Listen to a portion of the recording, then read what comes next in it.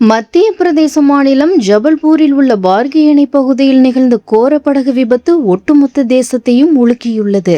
நர்மதை ஆற்றில் 29 சுற்றுலா பயணிகளுடன் சென்ற படகு பலத்த சூறாவளி காற்றினால் நிலை தடுமாறி கவிழ்ந்ததில் பலியானோர் எண்ணிக்கை தற்போது 9ஆக உயர்ந்துள்ளது. இதில் நெஞ்சை பிளக்கும் சோகமாக ஒரே லைஃப் ஜாக்கெட்டில் ஒருவரையொருவர் கட்டி அணைத்தபடி மீட்கப்பட்ட தாய் மற்றும் அவரது 4 வயது மகனின் உடல்கள் மீட்பு படையினரையே கண்ணீர் விட செய்துள்ளது. போதிய பாதுகாப்பு உபகரணங்கள் இல்லாதது மற்றும் ஊழியர்களின் கவனக்குறைவே இந்த விபத்திற்கு காரணம் என உயிர் தப்பியவர்கள் குற்றம் சாட்டியுள்ளனர். ஜபல்பூர் ஆயுத தொழிற்சாலையில் பணியாற்றும் திருச்சி நவல்பட்டு பகுதியைச் சேர்ந்த காமராஜ் என்பவரது குடும்பத்தினரும் இந்த விபத்தில் சிக்கியது தமிழகத்தையே சோகத்தில் ஆழ்த்தியுள்ளது. திருச்சியை சேர்ந்த காமராஜின் மனைவி கார்குழலி மற்றும் உறவினர் சௌபாக்கியம் ஆகிய இருவர் உயிரிழந்த நிலையில் காமராஜ் மற்றும் 2 சிறுவர்கள் உள்ளிட்ட 3 தேடும் பணி போர்க்கால அடிப்படையில் நடைபெற்று வருகிறது. விபத்தில் இருந்து 2 குழந்தைகள் மட்டும் அதிர்ஷ்டவசமாக உயிருடன் மீட்கப்பட்டுள்ளனர்.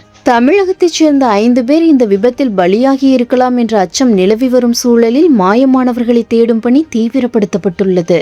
மாநில அமைச்சர் ராகேஷ் சிங் நேரில் ஆய்வு செய்து விசாரணைக்கு உத்தரவிட்டுள்ள நிலையில் இன்ப சுற்றுலா சென்ற இடத்தில் ஒரே குடும்பத்தைச் சேர்ந்தவர்கள் நீரில் மூழ்கிய சம்பவம் திருச்சியில் பெரும் சோகத்தை ஏற்படுத்தியுள்ளது.